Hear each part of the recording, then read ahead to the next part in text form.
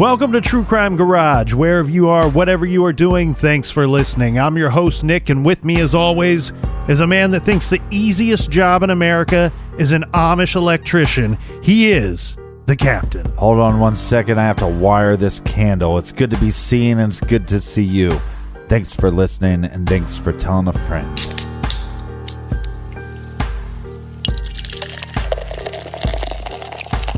Today we are drinking Cast Iron Oatmeal Brown by the hardworking hands over at Hands Brewing Company.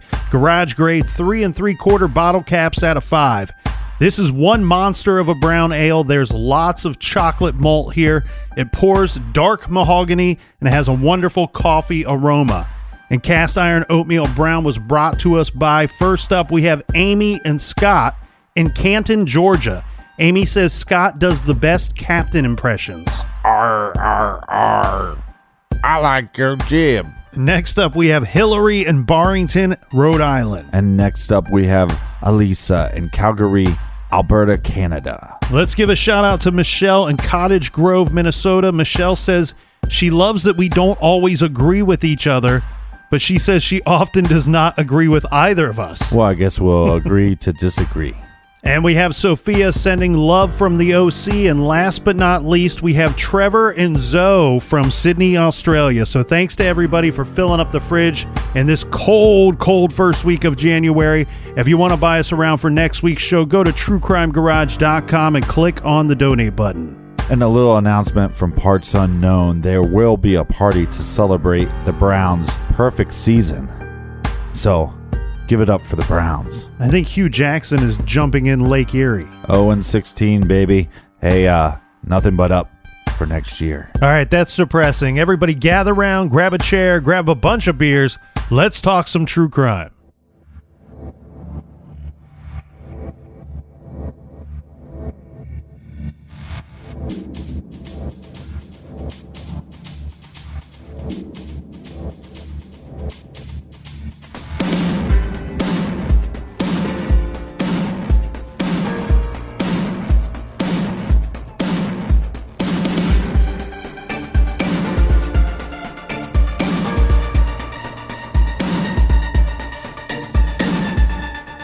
Shortly after my brother Edward came missing, I kind of clued in the police chief of Crawford County that there was somebody going around saying that we'll never find Edward, that we need to quit looking. And then we tried to push for the phone records early on, and he was missing in April. So when we pushed for the phone records, it was immediately, and we were kind of told that there was nothing we could do. And then in August, Deacon's place got raided for a tip or something, and they found multiple pot plants, 31 all over the house, outside, everything. Deacon was still never arrested. After that, he kind of fled. He fled to Colorado, and I emailed him, and I asked him, I said, is my brother with you? And he said in his email, some people live fuller as ghosts, along with some other things that he had said. I gave that to detectives, and I gave that to the police chief. September, we finally got Edward's records, and Deacon was the last phone call. In December 2016, I begged the sheriff to look into Deacon, and I told him if Deacon had this stuff growing on his property, why is he still out there? Why is he back? Why is he not arrested? Nothing. And the fact that Deacon was Edward's last phone call. They told me that because of where the plants were, there was nothing that they could do. Come to find out, the plants were right in the middle of his property, within a couple yards from my brother. Nothing was ever done. It went on and it went on until the fall of 2017, when the new chief of Crawford asked to bring on a different task force, and that being Franklin County. And when they brought on Franklin County, within, a couple days of me talking to one detective in September, I found my brother in less than 20 days. So I was always told from the beginning two things. Can't do nothing on hearsay, or they didn't have enough to bring him in for questioning.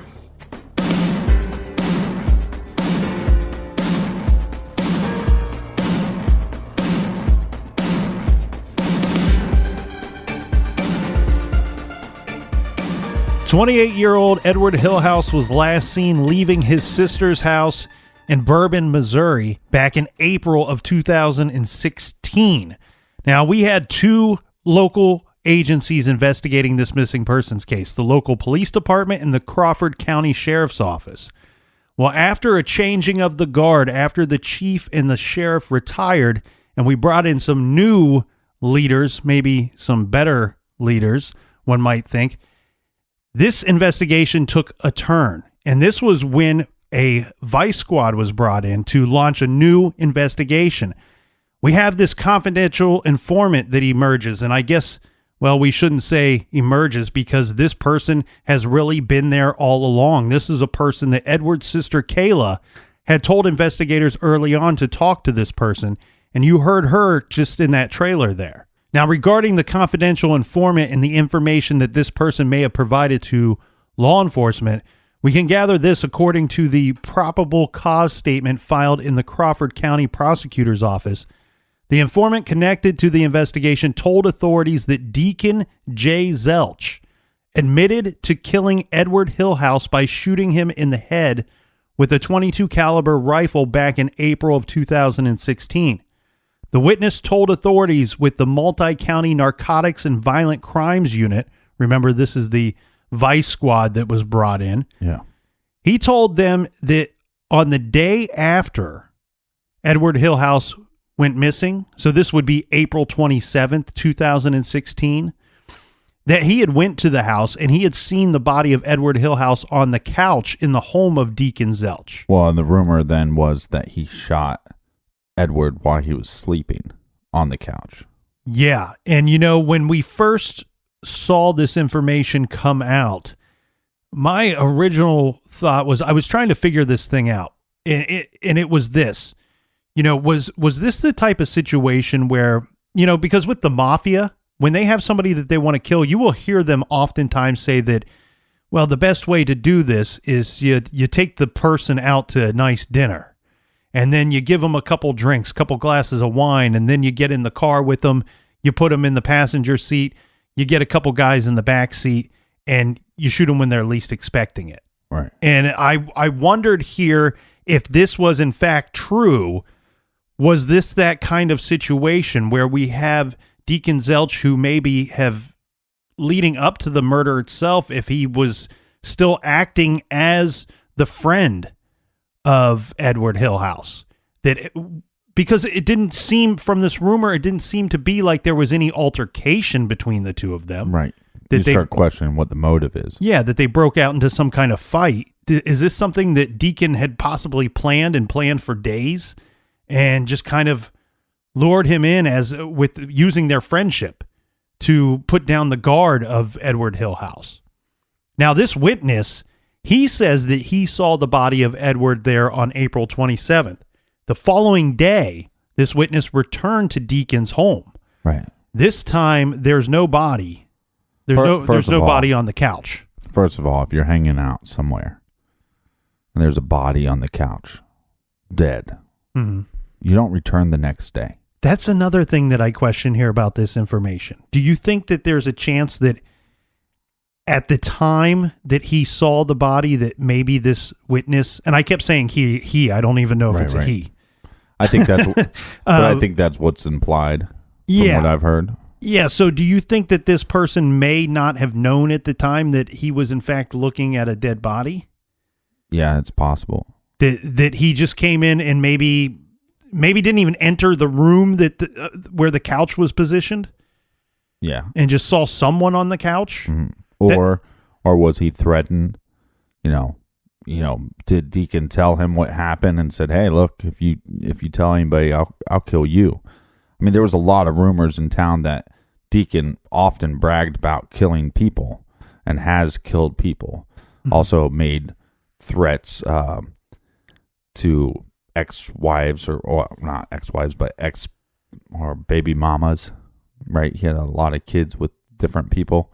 Yeah, women that he had relationships with, and I believe that he had threatened people close to them as well. Right. Let's get into this information about this backhoe on Deacon's property.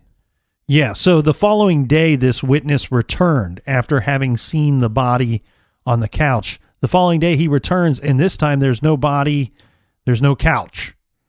And he sees a backhoe on Zelch's property. Any information on where this couch went? So here's what they have.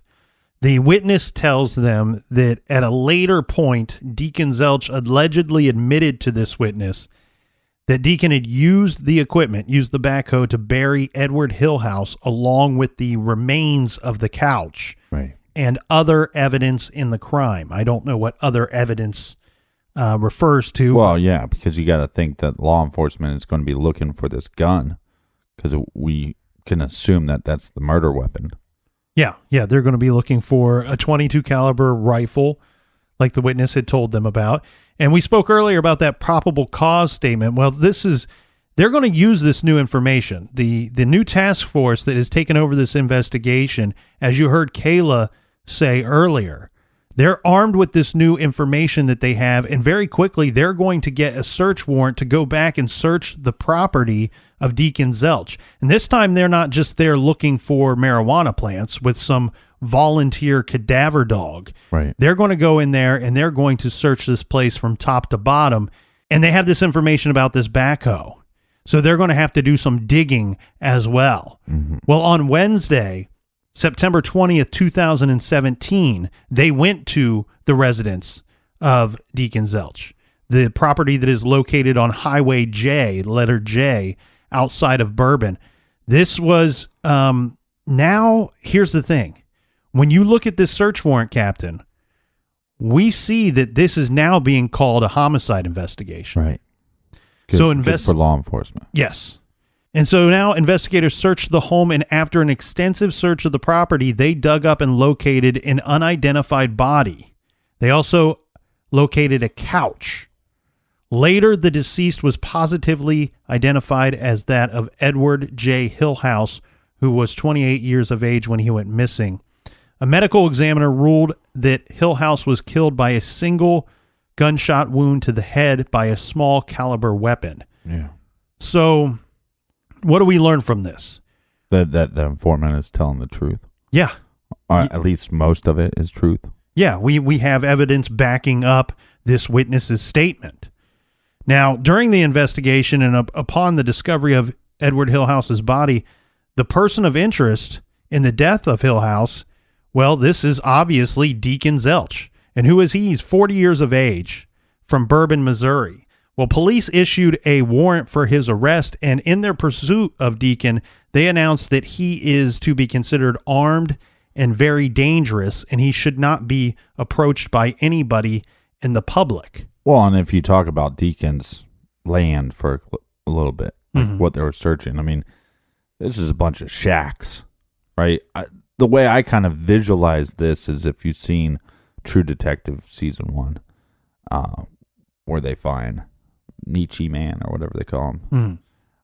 Similar to that. And because he was living off the land, because Deacon was this, he was this mythical, in his head, he was a mythical godlike creature, and he was living off the land, and he was, a hippie, but at the same time crazy and threatening people's lives and telling people he's killed people and he will kill people again. Yeah, I saw aerial photos or aerial images of the property itself, and it looks to me to be like a ranch, like your typical rectangle shaped ranch. Right. The news referred to it as a rundown dwelling. It didn't look overly rundown to me from the outside, but it probably did so on the inside, would be my guess. But your standards are a little lower than most people. Well, and then what we learned from the from when they collected the marijuana plants that there were two outside structures on this property. There are two, what they refer to as two outbuildings. These could be simply just be sheds or a detached garage. Or what you like to call a mansion. A mansion, yeah. Hey, can we call the show True Crime Mansion? I was like, no, it's a freaking garage, Nick. Wake up. Yeah. The situation is we're doing the show in the garage. Well, once they started looking for Deacon Zelch, it's just a matter of a few days. On September 24th, 2017, Deacon Zelch was arrested at about 1:15 p.m., Now, he's located in Bloomington, Illinois, arrested on the warrant for the alleged murder. Yeah. It sounds like he was taken in without incident. They didn't list any type of altercation with him. But Deacon Zelch's connection to Bloomington is not known, or at least had not been reported. Well, like we said, his father knows law enforcement. Is it possible that he was tipped off? I mean, when they found marijuana plants all over your property, you fled town. So now that they're digging on your property, it's likely that he was fleeing town. Yeah, I tend to agree with you. When they found the marijuana plants, it sounds like he took off to Colorado. Right. And then he may have caught wind. Somebody may have called him. Maybe even his father called and said, hey, they're digging on your property. Yeah, I mean, maybe he caught wind or he blew wind. I'm not really for sure. He may not have fled, though. I mean, the arrest report states that he was arrested at a residence in Bloomington, Illinois. It may just be as simple as he went up there and was staying with somebody that he knew. Visit somebody, yeah. And maybe the person wasn't comfortable stating that they know this person who's wanted for murder, so the news is convenient and says, he's arrested without incident, and the connection to Bloomington is unknown. Now, he was later extradited to Missouri, and Deacon Zelch was charged in Crawford County for the marijuana plants. Finally charged for that. I mean, you're talking about that thing was 13 months old, and then charged for the murder of Edward Hillhouse as well. Mm-hmm. And he was also charged with armed criminal action. Of course, that's going to be involved with the murder case there. And he is being held at Crawford County Jail on $1,145,000 cash-only bond. That's cold, hard cash. That's what you strap to somebody if you don't ever want them getting out before they can go to trial. Well, I like when law enforcement does this. I mean, a lot of people go, well, what you got to charge him with the marijuana plants for? He's going to be charged with murder. Well, you tack on every charge. So even if as you're collecting evidence so you can go to trial, you're holding this loser's ass in prison on a different charge. Yeah, you slap them with everything you can, and you see which one sticks. Now, Captain, the obvious question here is, why did it take a separate law enforcement agency to break the case open big enough that Edward's body is finally recovered and an arrest is finally made? Now, Kayla, his sister, believes that her brother's case was covered up as an act of public corruption. She says this is not only because of the lack of movement early on in the case, but of course also because Deacon Zelch is the son of Vernon Zelch, a Crawford County Sheriff's deputy. Yeah, and this is just not going to be Kayla's theory.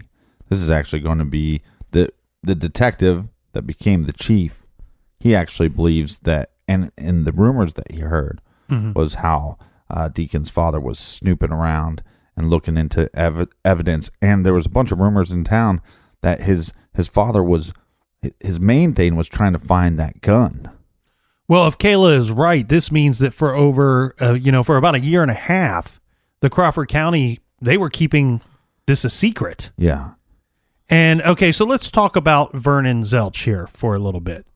Now, before I get any people calling me out and saying, he wasn't a deputy, he was a police officer. Right. I want to be clear about this. It's a little confusing as far as his career goes, because I have information stating that he had worked for both of these agencies at one time or another. So now Vernon Zelch has a website out there. And I believe it might be vernonzelch.com. I don't know. But yeah, I thought it was, I have ugly kids with weird beards.com. But according to Vernon's website, he is a police officer that works to pay for his farming hobby. He is now, keep in mind, this website was last updated in 2012. But it states that he served as the assistant chief of the department for about 25 years. So we're talking about, if his website is correct, we're not talking about just some low-level cop. We're talking about somebody that's higher up in the ranks. That in the nicest way. I mean it exactly the way that I said it. It seems That his true love is farming, hunting, and his tractor. Vernon Zelch raises beefalo. What? I didn't misspeak there. He raises beefalo. Okay. I have a farm. Okay. You know what I raise? What's that? Slim Jims. There you go. Okay. Well, beefalo is like half cattle, half bison. Okay. It sounds delicious. I raise a thing called a... Let's move on from this. All right. Well, at times he had been a reoccurring guest host on 2 different radio shows. And I don't know if this is still current, but as of 2012, Vernon Zelch had penned a monthly column for the Sullivan Independent News. So this is a person that is well known around town. Not only has influence because of his career at being in law enforcement, right, but also has influence as a farmer, as somebody that's a radio personality, as someone that's penning a monthly column in the local news. Right. So this is a guy that has a lot of influence amongst town. But Deacon's not his only son, right? Correct. So we have Deacon Zelch and we have his brother Wyatt Zelch. Yeah. And the two of them could never seem to stay out of trouble. They were, we have this respected lawman, and then we have his troublemaking sons. Yeah, they weren't like the Dukes of Hazzard. Just the good old boys. These were just pieces of shit. Well, always causing some harm. The crazy thing here is that shortly after this case broke, after they recovered the body of Edward and made the arrest on Deacon Zelch. Mm-hmm. Sorry about Say that pretty quick. Deacon Zelch. 5 times fast. Go. They interviewed Wyatt Zelch, the brother, and he had just been recently released from prison. He did a stint there for drugs and theft. Right. And his interview, and I know you've seen this, Captain, it's strange, yes, to put it politely. He's outside and he's smoking a cigarette and he's talking about his family. Right. And the big question, like we were talking about before, is what the hell is his motive? What the hell is Deacon's motive? I mean, it seems like everybody, even Edward's sister, says, look, these were friends, Yeah. And yeah, Deacon's this horrible dude, but Edward's at least his friend. So what's his motivation? And so that's what they're asking Deacon's brother. Yeah, and Wyatt basically says, we're all lunatics. Everyone, every last one of us, the whole goddamn family. Right. We're all lunatics. And he says this, he said it's the person you don't see is the Dr. and Jekyll and Mr. Hyde persona. And he says that his father has that, his brother, he has that, his sisters, his mother, the whole family. He says, whole damn family are not nice people. We were not raised to be nice. We were raised to be mean and hateful people. He also told reporters that he has no doubt that Deacon killed Edward. He also stated when talking about Deacon that he didn't know if there was any good left in Deacon. And he thought that probably was lost and had lost that a long time ago. Yeah. He was directly asked if his father, Vernon Zelch, could be involved in a cover-up to cover up this murder investigation. And Wyatt said, while he has no doubt that Deacon killed Edward, he's not certain about any type of cover-up.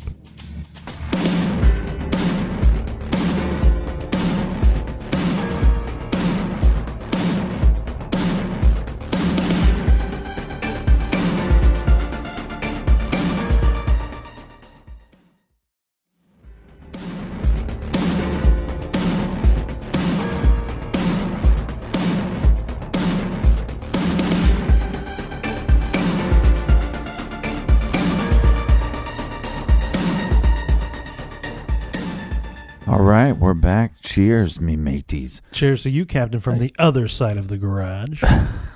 Other side of the mansion. The mansion. Yeah, new year, hopefully new Nick. That's my resolution. That's funny. All right, so we need to explore, did Vernon Zelch interfere with the investigation in any way?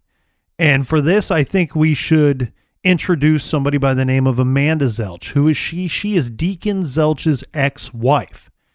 And she herself, she questions why absolutely nothing turned up in the investigation for approximately 17 months. And as for her thought about her ex-husband, Deacon, she said Deacon sometimes threatened her. Yeah. She feels he is capable of murder, saying that he once wrote in a letter to her and a friend of hers that if it was not for their daughter, that he would have filled that hole with their bodies. Well, is this the one that at some point Deacon, whatever you want to call him, super glued one of his sons and his wife to a door? I don't have any knowledge of that happening. That was a rumor that I heard. That he had super glued the son and his ex-wife to a door. Yeah. And I mean, this is a real animal here. Right, but when you say that, you're saying it's not like, oh, we were goofing around. No. And, super glued somebody to the door. No, you're saying this is like he was malicious. He was punishing somebody for something. Who knows? Yeah, right. And he super glues these people to a door. Well, listen to this, though, because you had hinted about something earlier. And this is where I think that hint and that information comes from regarding Vernon Zelch, what he did after Deacon was arrested. Amanda said that she found this strange, of course, and I think anybody would find this strange. She said that Vernon had come to her house and she asked Amanda if Deacon had given her any guns. Yeah. She told Vernon that he did, that he had given her a gun. Now, Vernon immediately asked her if it was a .22 caliber gun, to which she told Vernon it was not. It was a 20 gauge. She said that upon him hearing that it was a 20 gauge, that Vernon Zelch seemed to be relieved that it was a 20 gauge and not the .22 caliber that he was asking about. Right. Of course, we know this to be the same caliber with which Edward had been killed. Now, Amanda Zelch said maybe Vernon was looking for the murder weapon, obviously. She can't say for certain, though. Right. But Chief Satterfield, this is the new chief. Yeah, I like this guy. Said that Vernon had done, he was talking about what Vernon had done in the past also was not sitting well with him, stating that he had received information early on that Vernon Zelch was going around and inquiring about the investigation into his son. Right. This was reported to the detective's superiors. It is unclear what they did with that information, if anything, at the time. But it seems like the new chief is handling that information appropriately. Well, let me let's pose this question, right? Right. You always want to talk about your situation. Let's pose this Pauly D question, right? Okay. So, whether your son is guilty or innocent, whether you are trying to find out if he's guilty or innocent, or whether you're protecting or trying to protect this person, aren't your actions going to be the same on some level? You have this kid that went missing. There's rumors around town that your son is involved, and you worked high-level law enforcement in this town for years. This person's not going to call around. They're not going to pick up the phone, start asking some of their connections what's going on. Okay, so that's the problem here, in my opinion. That's where it makes it very hard to say what were the intentions of Vernon Zelch. Right. Was his intentions to hide what his son had done, or was his intentions to just simply find out what his son had done? Yeah, because some of it is that, okay, first of all, he's on the right side of the law for years, 25 years, something like that. Right. Both of his sons are on the opposite side of the law. That doesn't necessarily mean that their father is evil. And yes, you have now this guy that's in prison that gets out of prison, his other son. What's that dickface's name? Wyatt. And Wyatt's going, the whole family's crazy. We're a bunch of lunatics, right? Well, Speak for yourself. You're the one that was in jail. Your father was in law enforcement. There is no record or evidence that this guy is a corrupt cop. There's no, as far as I could tell, this guy has served and protected his community. And again, maybe there's some rumors that he was a shady cop. I don't know. I just couldn't find those. So I just want to pose that, as much as cop conspiracies, they're interesting, they're fascinating. Any conspiracy is, right? But, you got to play both sides of the coin. And again, it could just be him trying to figure out, or maybe he thought, I'm going to go ask these people. And what if she said, you know what? I do have a gun. It's 22. And what if he took that gun and he turned it over to law enforcement? Yeah. Then we wouldn't be badmouth. And that's all I'm saying. I'm glad you brought that up because, okay, so there's only a few news articles on this. There's only a few people that covered this case. And one of them, and I won't mention who it is, but one of them, when they tell the story, they say that they don't say this, but they tell it in a way that seems like Vernon, Deacon's father, was asking about the gun, the 22 caliber gun,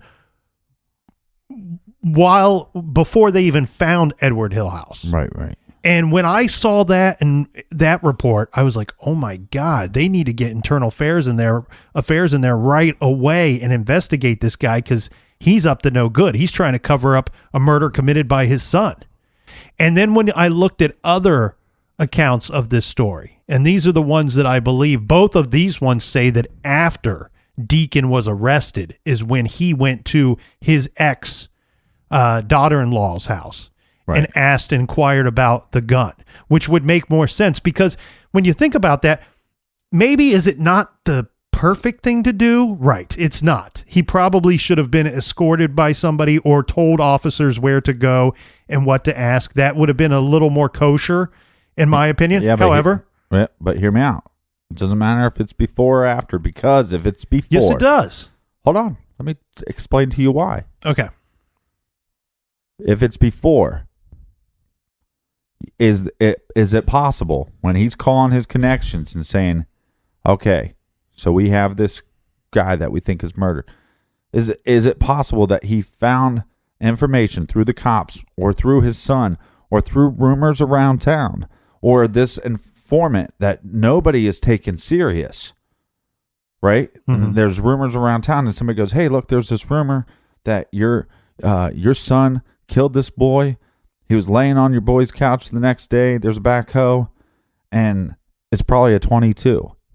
That's why, like I said, what if he found the gun before they found the body, and he turned it in?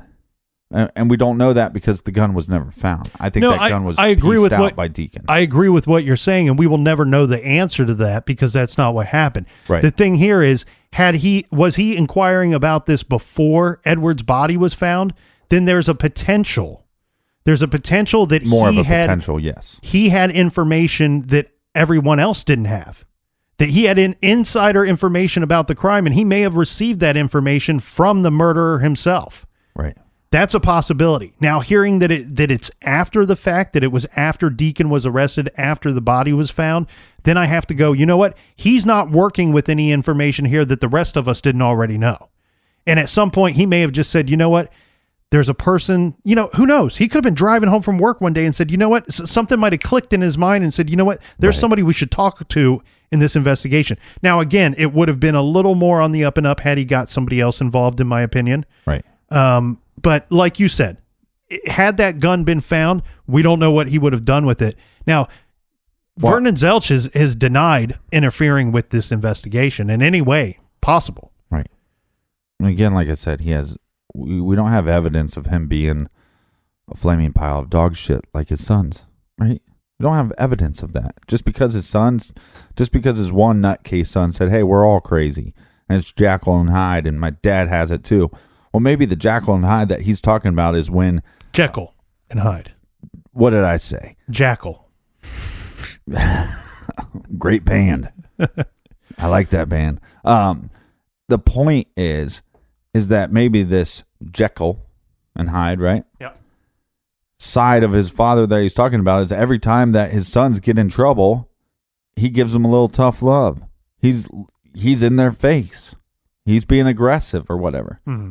Like I said, there's no, as what I can see, there's no evidence. What to me points as more fishy is that you search his property. You have this volunteer cadaver dog. You don't find anything, but what you do find is you find guns and you find marijuana plants. Mm-hmm. And whether you're for marijuana or against marijuana, that's not the point. The point is that in this part of the country, it's illegal, and this is enough evidence to arrest somebody, and they're not arrested. To me, that points to a situation.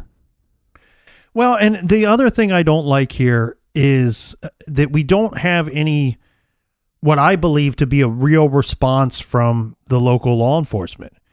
You know, why don't they just say, hey, look, we would have liked to have arrested Deacon Zelch on the marijuana charges back when we found them in August of 2016, but we couldn't because he was in Colorado and we didn't know where he was.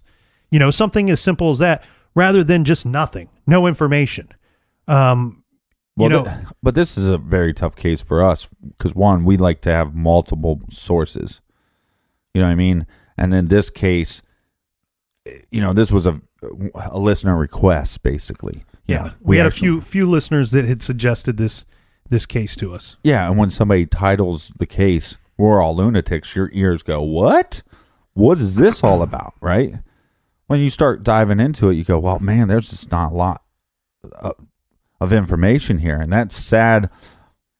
You know, on multiple levels, but I think the main level is that, you know, Edward seemed like a very nice person. He seemed like somebody that was striving to be a good citizen, good friend, good family member, and his story is cut short by somebody that, by all accounts, was just not a good dude. Mm-hmm. You know, and didn't seem like he was contributing anything to society other than gluing people to doors. Yeah, and as far as Vernon Zelch goes, like I said, he denied interfering in this investigation in any way. When asked about this, you know, did he do anything? What was his opinions on the case? Right. He simply states, you know, I work for law enforcement. There's a pending trial that's going to take place here. I cannot give a comment. Right. And I agree with that statement. He did add, though, that when talking about Edward Hillhouse and talking about Edward's family, he says that he prays for them every day. He said that they have lost a son and that he is probably going to lose one too, and he prays for them both. Yeah, and I think, like I said, I mean, what a tough place for a father to be in, because, look, is it wrong for a father to go, look, I understand that my son isn't doing much for society, and maybe he's a little bit of a lost cause, but to then go to the category of murder, and you're a murderer, your son's a murderer, he's going to take an innocent person's life. Is it wrong that he was snooping around and asking questions? Because maybe he just wanted to know. Like, he needed to know for his soul. Well, and I'm very curious about the actual relationship between Vernon and his two sons. Right. And I bring this up because, you know, I snooped around on his website and looked at all the pictures he had there and read everything that he had wrote and posted on there. Mm. And Vernon talks a lot about his parents, about his in-laws, his wife's parents. He talks about his grandkids. Yeah. And you see pictures of these, you know, I know that Wyatt said they're all lunatics, but the pictures of these people, they look like nice people to me. Right. And the way that Vernon speaks about these people, it seems like there's a real relationship there between Vernon and the people that he talked about on his website. Who was missing from that website was the two sons. Right. It's almost like, I mean, you read this website and you see these pictures and you wonder where these grandkids came from, because there's no mention of sons at all. And maybe, there's a Christmas miracle. Yeah. Babies on the doorstep, but and then we talk about Wyatt makes reference to his sisters. There's no mention of the sisters either. So maybe that's just something he didn't include on his website, or maybe there's no relationship there. Now, Well, and look, you could be a very good cop and be a bad father. You could, yeah. And that happens all the time. It's like teachers. My sister's a teacher, and she always says, the thing that she feels bad about is she gives so much attention and love to these 30-some kids every day. And then when she gets home, sometimes she's just exhausted. Mm-hmm. And so she feels like sometimes she's a little neglectful to her children. So you see this all the time, where maybe he's like, and also cops, especially in these small towns, might be working way too many hours and way too much overtime. And they're just not there. And then they feel some inner guilt or some responsibility that maybe if they spent a little more time, that maybe if they played a little more catch, right? Uh-huh. Maybe if they checked the homework a little more, that their kid isn't going to grow up and glue people to doors and shoot people. The other thing, though, too, is and I don't know if he's a good cop or a bad cop. I really have no proof of this either way. But let's say if Vernon Zelch is a good cop, well, then he might want to distance himself from his law-breaking sons. Right.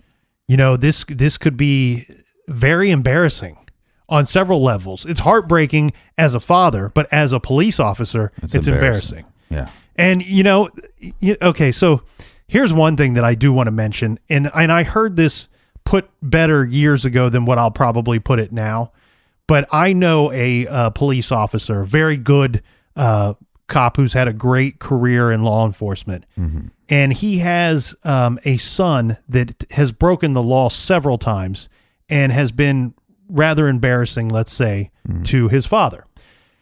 And this man, I've seen him on more than one occasion. You can tell that there's inner turmoil there for him, that he questions himself as a father and as a man for having a son that breaks the law when he is in fact somebody working in law enforcement. Right. And somebody else told this man, even the best mechanic in town, his car breaks down on the highway sometimes. Yeah. Good analogy. I like that. And I think means something. That should mean something. I know that to this man, it made him feel better about his situation. That could just be the situation that we have here with Vernon Zelch. Now, before we move on from the Zelch family too much, we did talk about Deacon's ex-wife, Amanda. Yeah. I want to make sure that I include this before we move on from her. When she spoke to reporters, not only did she say that she believed Deacon is capable of murder and passed along those threats that he had made to her and some of her friends, she also passed this along saying that Deacon had sent her a letter in September of 2016, so 1 year before they found the body of Edward Hillhouse. And in this letter, Deacon had wrote cryptically of what lies below the fields of my favorite back roads and of people feeding his gardens. So once again, we see these weird tellings where he's almost telling people that he's killed and buried somebody. He did this with Edward's sister, Kayla, as well. It was this weird, cryptic. Again, though, I mean, this guy thought he was some godlike character. So it's a real piece of work.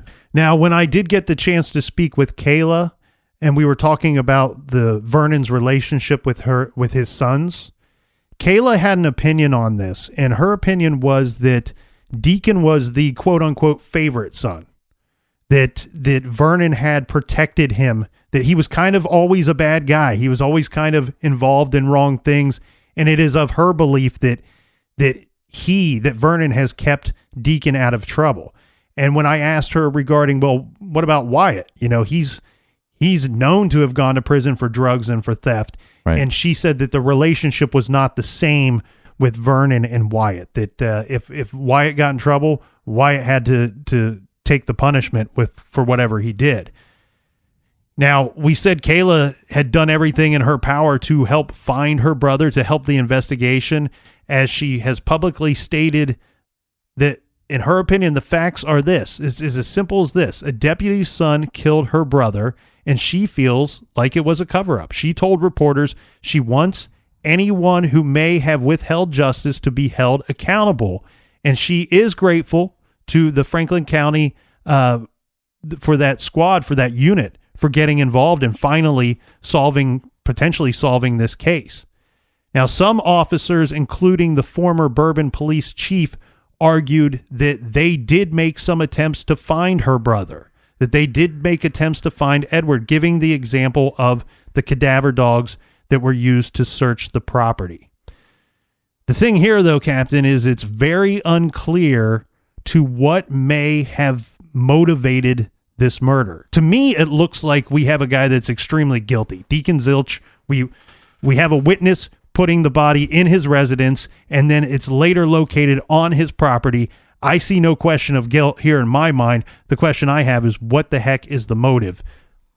Yeah, so the hearsay in this story is this is kind of what happened. Okay. And like I said, this is hearsay. They're going to try to prove some of this in court. Taking us through from when, at the beginning, when Edward went missing. Yeah, so Edward was going to meet somebody. It's not clear if it's going to be two individuals or one, but he did meet up with two individuals. They drove around for a while. It's not clear of what they were doing. Obviously friends with Edward. He gets a call. The call makes him upset for whatever reason. They end up going to a convenience store or gas station, where he is then picked up by Deacon. They go back to Deacon's house. The four of them, or just the two of them, or do we know? No, just Deacon and Edwards. Okay. So Edward is there, and like we said, now what we do know from, or what we can assume that happened, was that at some point he either fell asleep or he was on the couch. That's where he was shot with the .22. But now for motives, again, this is hearsay, but what he has told law enforcement, the rumors are that he has changed his story 3 times. The first one being that maybe there was an argument or something happened, but he just snapped. Mm-hmm. Now, I'd argue if there's that much pot on the property, right? What other drugs are you doing? Is that a possibility? Or what other drugs are being sold? Right, and we have also, look, there's tons of evidence, and everybody, and especially in Middle America, small towns. You know, I was from Richmond, 40,000 people, and you're talking about probably weekly heroin deaths. Yeah. So is that something that was happening there? And he said he just snapped. Did he snap out of anger, or did he snap because he was on some kind of drug? The second reason he gave was that Edward Hillhouse worked for the mafia. Again, this seems far-fetched. Zero right. evidence that we know of.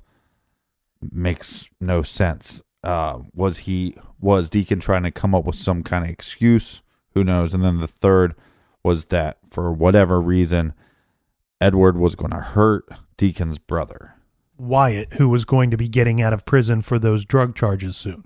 Right, and this doesn't go with a lot of witnesses and a lot of people that knew Edward going, this is not what kind of person he was. You know, he was a friendly person. He'd help anybody out. So again, but like I said, I don't know what drugs Deacon was on or wasn't on. But if he was on a bunch of drugs, he might have been making up a bunch of stories in his head. And it seemed like even if he wasn't on drugs, with everybody, he built up stories in his head. Well, and here's what I can see. This is what I see, Captain. When I talk about Edward Hillhouse, I see a young man that looks to me like he was trying to move on with his life. He was trying to move forward. It looked like he was moving in with a friend or taking up a new residence elsewhere. Yeah. I wonder if he was in part moving away from certain people. And that wouldn't be his sister. That wouldn't be his future brother-in-law or their children. This would have been people like Deacon Zilch. He would have been moving away from these bad personalities. Somebody and bettering his life in the process from not being friends with people like that anymore. Now, as far as motive goes, why would Deacon Zilch kill Edward Hillhouse? Right. I'll tell you the same thing I told Kayla when I spoke with her. He may have killed her brother for reasons we may not understand. Right. It was Kayla's words, and it was the words of people in town that said Deacon Zelch was known for saying crazy things and doing crazy things. I don't think he's crazy in the sense that the law would consider him to be crazy. Mm-hmm. I see what I would say is garage crazy, that he's somebody that doesn't make sense. He does things that are irrational, but the thing that makes him so dangerous, he's a violent individual. Yeah, he's an evil SOB. Yeah, and he doesn't obviously care about anybody but himself. And I know Kayla, she didn't want to hear me say that so much because I know her concerns. Her concerns are that Deacon is terrified of going to prison, and because he is rumored around town to be this crazy guy, that maybe he's going to claim some kind of insanity defense. And the thing here is, though, the problem with that is he's only crazy if he didn't know what he did was wrong. And proof that he knew what he did was wrong was he tried to cover it up afterwards. Well, not only did he try to, he did cover it up.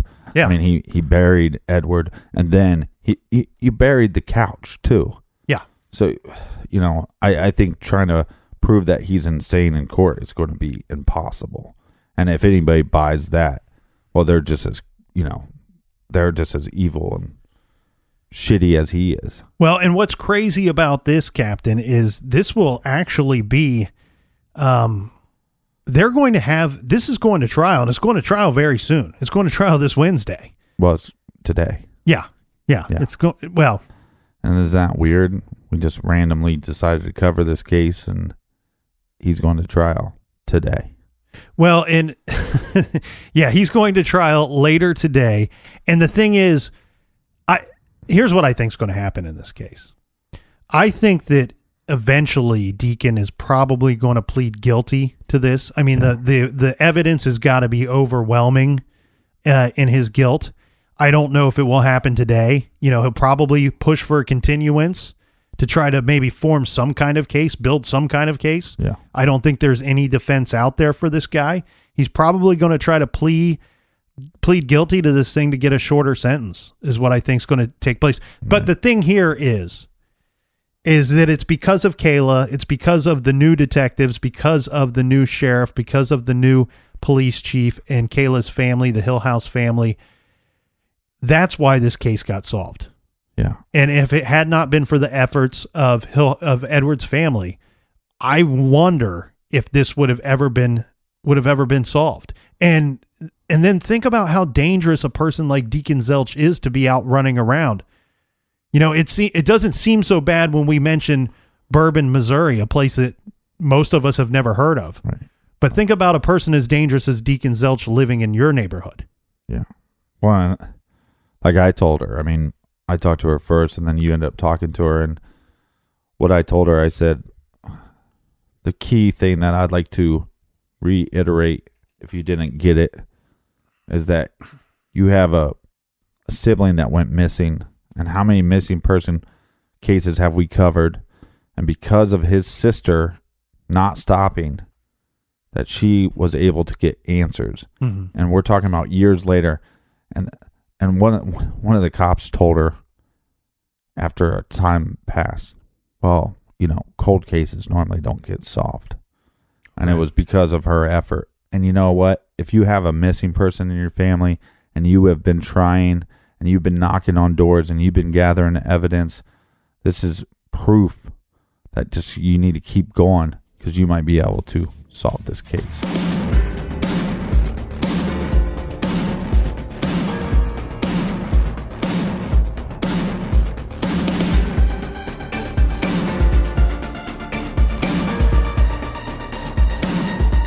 All right, Colonel, do we have any recommended reading? Yes, we do. On August 15th, 2006, someone or someones broke into the home of Candace Hiltz. She was murdered. She was shot 6 times with 3 different guns. So, of course, the possibility of maybe even 3 people having committed this horrible, horrible crime. Now, we covered this case back in September of last year. We covered it on September 12th and 13th of last year. Right. Well, Candace Hiltz's birthday would have been last year just before Christmas.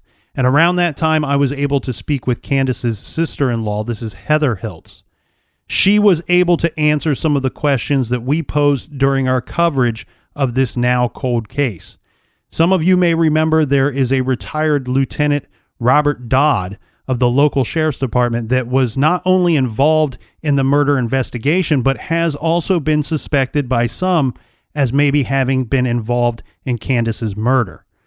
Something you and I certainly took a look at, and I know you and I have some suspicions of our own when it comes to this case. Mm-hmm. Now, having spoke to Heather, it is very obvious and rightfully so that the Hiltz family they've not received any justice, and they are still very heartbroken and quite angered by the lack of effort that is the investigation into their daughter and sister's murder. I promised the Hiltz family that the captain and everyone in the garage would do their best to keep Candace's case and memory alive on our minds and on our hearts. So if you have not yet, well then please check out our 2 episodes on Candace Hiltz case. A case I believe could still be solved, and that is episodes 140 and 141, released September 12th and 13th of last year. If you have listened to them already, go to our blog. I have added some updates and some information that we received from Heather Hiltz, and you can do that by going to truecrimegarage.com. The blog comes up on the main page there. Candace Hiltz case, and the blog with comments is on the bottom of the second page. Just click on there to see my post. And of course, we want to wish the Hiltz family good luck in 2018 with the case, and may you get the justice that you deserve. For everything true crime, go to truecrimegarage.com. And thanks for listening. Thanks for telling a friend. Thanks for sharing on social media. Thanks for spreading the word about the garage. Onward and upward to the top of the pops this year in 2018. All right, and until next time, everybody, be good, be kind, and don't litter.